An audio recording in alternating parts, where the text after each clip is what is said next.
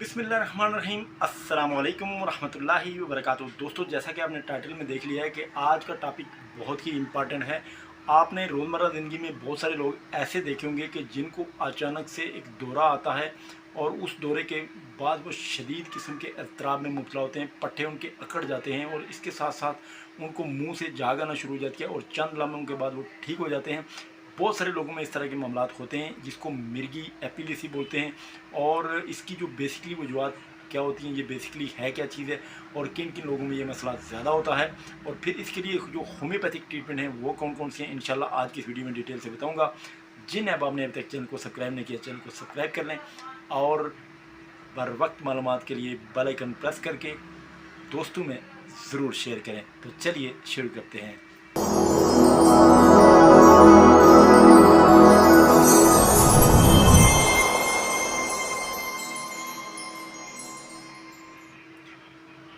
Again welcome to Hasan homeopathic official YouTube channel.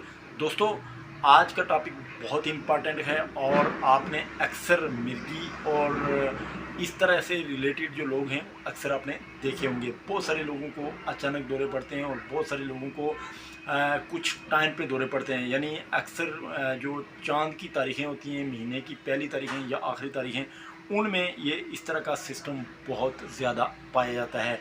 इसकी भी बहुत सारी बेसिकली वजूहत होती हैं। दोस्तों, आज जिन मेडिसिन के बारे में मैं आपको बताऊंगा वो इसी से रिलेटेड होंगी और इसकी जो टॉप क्लास मेडिसिन होंगी वो भी इंशाल्लाह एंड पे मैं अपने दोस्तों को बताऊंगा। सबसे पहले मैं अपने दोस्तों को ये बताने जा रहा हूँ कि ये बेसिकली चीज़ क्या है। दोस्तों, ये है मिर्गी। एक ऐसी चीज़ है कि ये जो एक दायमी आर्जा होता है जिसकी पहचान बार बार और बिला इश्तियाल जो दौरे होते हैं उनसे होती है। और इसके साथ साथ किसी शख्स को अगर इसकी तशखीस इस वक्त होती है जब इसे दो बिला इश्तियार दौरे पड़ते हैं और ये दौरे ज़्यादा होने के इम्कानात के साथ साथ एक बिला इश्तियार दौरा जो किसी मारूफ और उठ जाने वाली तिब्बी हालत में वाक़ होता है। यानी अगर कोई बहुत ज़्यादा शराब नोशी कर जाए या किसी का शुगर लेवल बहुत ज़्यादा डाउन हो जाए तो फिर भी इस तरह की सिचुएशन हो जाती है। इसकी बेसिकली जो होती हैं वो दो किस्म की अक़साम होती हैं और दिमाग की जो गैर मामूली सरगर्मी होती है और मिर्गी की बुनियादी किस्म में पाई जाती है और दिमागी कैफियत की वजह से ये प्रॉब्लम होती है। और इसके जो एक तरह के दौरे होते हैं उनको आम दौरों में शुमार किया जाता है और जो दूसरे दौरे होते हैं उनको फोकल दौरों में शुमार किया जाता है।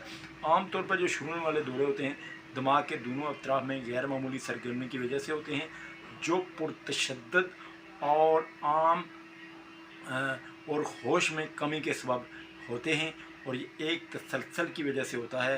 ताहम ये दूसरे बैरूनी अवामिल की तरफ से भी ऐसे दौरों के लिए उकसाया जा सकता है। फोकल दौरे जो होते हैं उनकी अलामात ये हैं कि किसी भी किस्म के लिहाज से अलामात मुख्तलिफ होती हैं। ज़्यादातर इसमें मुब्तला शख्स को हर बार एक ही दौरे पड़ते हैं जिसकी वजह से एक जैसी अलामात पैदा होती हैं और फ़र्द को डॉक्टर से मशवरा करना और उसके साथ साथ उनको ट्रीटमेंट से ये दौरे ठीक हो जाते हैं। ये वही दौरे होते हैं जो चांद की पहली तारीखों में या आखिरी तारीखों में पड़ते हैं और ट्रीटमेंट से फौरी तौर पर वो ठीक हो जाते हैं। वो शख्स जो दौरा, घबराहट और गुस्से का शिकार हो सकता है और जिसको बार बार दौरे पड़ते हों और वो शख्स मुख्तसर मुद्दत के लिए सोचने और रद्द अमल ज़ाहिर करने से महफूज रहता है। दोस्तों, इसके मुख्तलिफ़ किस्म के असबाब भी होते हैं और इसके असबाब काफ़ी सारे हैं।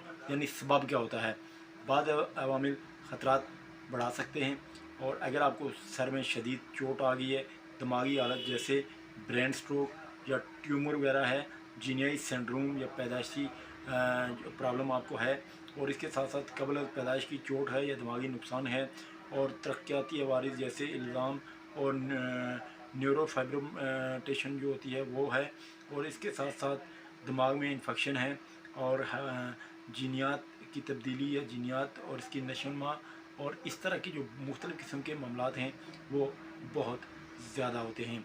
और इसके लिए डॉक्टर आपको मुख्तलिफ़ किस्म के टेस्ट रिकमेंड करते हैं। टेस्ट करने के बाद आपको जनाब मुख्तलिफ़ किस्म की एहतियाती तदाबीर कोशिश करें और अगर एहतियाती तदाबीर करते हैं लोग तो फिर उसके ऊपर काबू पाया जा सकता है। वो लोग जो बहुत ज़्यादा अल्कोहल इस्तेमाल करते हैं, अगर उनको मिर्गी के दौरे पड़ते हैं तो उसको तर्क करें, मुनशियात को तर्क करें, नींद अगर कम आती है तो उसको दूर करने की कोशिश करें, अगर खून में शक्कर कम है तो उसको पूरा करने की कोशिश करें, तनाव, डिप्रेशन, अज़तराब को कम करें और इसके साथ साथ हार्मोनल जो तब्दीलियाँ हैं उनको ठीक करने की कोशिश करें। और बहुत सारे लोगों में ये सारे मामलात बहुत ज़्यादा हद तक पाए जाते हैं और इस सिचुएशन से बचने के लिए होम्योपैथिक में बहुत ही इम्पॉर्टेंट और लाजवाब मेडिसिन आती हैं। आज इस मेडिसिन के बारे में अपने दोस्तों को बताने जा रहा हूँ, डॉक्टर रेक्विन नंबर 33। बहुत इंपॉर्टेंट होम्योपैथिक मेडिसिन है और इस मेडिसिन को आप किसी भी अच्छी होम्योपैथिक स्टोर से आप ले सकते हैं। 4 से 5 होम्योपैथिक मेडिसिन का ये मजमू है। मिर्गी या इससे रिलेटेड किसी भी किस्म के जो दौरे हों उनके लिए बहुत ही इफेक्टिव, बहुत लाजवाब होम्योपैथिक मेडिसिन है। सबसे पहली मेडिसिन है बेलाडोना और इसके साथ साथ अगली मेडिसिन इसमें है बुफोराना, इसके साथ साथ क्यूपरमेट, परसाटीला और साइलिशिया। ये सारी मेडिसिन इसमें मौजूद हैं और बहुत लाजवाब, बहुत ही इंपॉर्टेंट होम्योपैथिक मेडिसिन है। इसको आपने अपने डॉक्टर के मशवरे से ज़रूर इस्तेमाल करना है। इसके साथ साथ एक होम्योपैथिक में मेडिसिन आती है एब्सेंथियम, उसको भी अपने मदर टंग के फैमिली में लेकर या अपने डॉक्टर की हिदायत के मुताबिक आपने इसको ज़रूर इस्तेमाल करना है और इंशाल्लाह आप देखेंगे कि आपको इस किस्म के दौरे पड़ते हैं या इससे रिलेटेड जो दौरे होते हैं उनमें काफ़ी कमी वाक़ होगी और आपको काफ़ी फ़र्क पड़ेगा। नेक्स्ट वीडियो में इंशाल्लाह फिर मुलाकात होगी। अल्लाह ताला हम सबका भी नासिर हो। अस्सलामु अलैकुम वरहमतुल्लाहि वबरकातुहू।